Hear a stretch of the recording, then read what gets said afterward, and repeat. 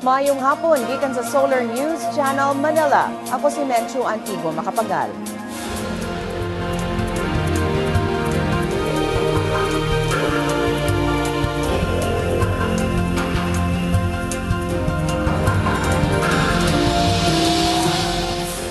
Aniya mga balita alang sa Kabisayan ug Mindanao. Nakigduyog ang Cagayan de Oro City alang sa piyesta sa itom nga Nazareno karong adlaw. Mas migamay ang mga contingents nga mosalmot sa Sinulog Grand Parade karong tuiga. Gibuksan na ang Subangan Provincial Museum sa Davao Oriental. Og sugdan sunod semana ang Pasalamat Festival sa Pagadian City. Aniyan ang front pages sa mga pamantalaan sa Sugbo. Sa Sunstar Cebu, plano sa League of Municipalities of the Philippines Cebu Chapter nga punduhan ang disaster preparedness alang sa mga lungsod sa Sugbo. Og sa Cebu Daily News, ulanon ang sugod sa nobinaryo sa Fiesta Senior sa Sugbo. Sa Pagadian City, himuon sunod semana ang ika-15 nga pagpahigayon sa dakbayan sa ilang Pasalamat Festival. Atong saron ang detalye pinaagi ni Jong Kajon. Jong? Mencho, sugdan karong Lunes ang festival ang festival ug matapos sa Enero 19 na mausab ang kapistahan sa dakbayan. Mimando si Pagadian City Mayor Romeo Pulmones sa tanang barangay Pagsalmot sa mga kalihukan sa festival og pagahin og igong pundo pagsiguro sa kalampusan sa partisipasyon sa mga barangay.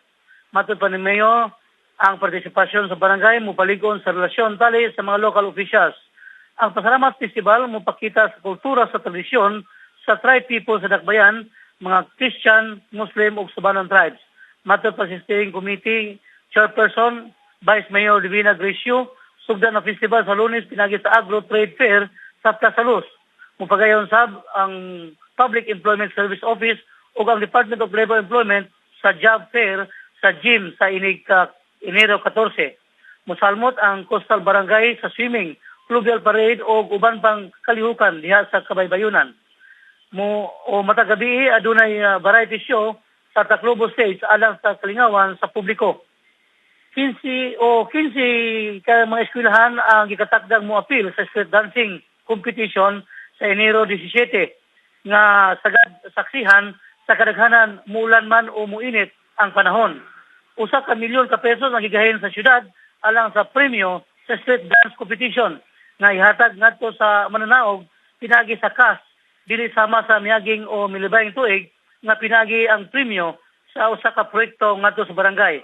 Aduna kini duha ka kategory ang ritual ug ang street dance. Usa ka concentrated mass ang magsugod sa fluvial parade sa Enero 18 alang sa mga Santo Niño devotees. Gawa sa cultural activities, anasab ang religious activities nga pagasigdahan sa Katolikong simbahan. Mencho? Daghang salamat, Jong Kajon, reporting gikan Pagadian City. Atong sayron ng front pages sa mga pamantalaan sa Mindanao. Sa Sunstar Davao, gibutyag ni Davao City Vice Mayor Paulo Duterte nga huyang ang Bureau of Customs batok sa rice smuggling. Sa Bandera Mindanao, gipalagpot ang 3 ka empleyado sa lungsod sa Imlang North Cotabato tungod sa giingong kawat sa buhis sa lungsod. Sa Mindanao Daily Northern Mindanao, mipasalig ang Land Transportation Franchising and Regulatory Board nga dili mosaka ang plitihan sa Northern Mindanao. Sa Mindanao Daily Western Mindanao, napalgan ang lawas sa usa ka babae sa usa ka pangpang sa Gipos, Zamboanga del Sur.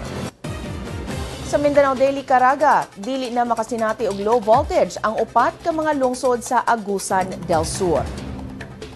Og sa Mindanao Daily Davao, misalmot na sa usa ka cluster team ang mga dagkong banana growers sa nasod. Kung bot ninyo matanaw pag-usabang episode karon sa Solar News Cebuano, i-like ang among Facebook page, Solar News Cebuano. Bisitahi sab ang among website, www.solarnews.ph.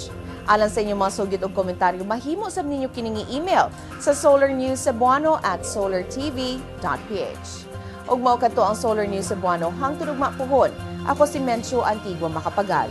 Daghang salamat ug pag-amping Kabisayan ug Mindanao.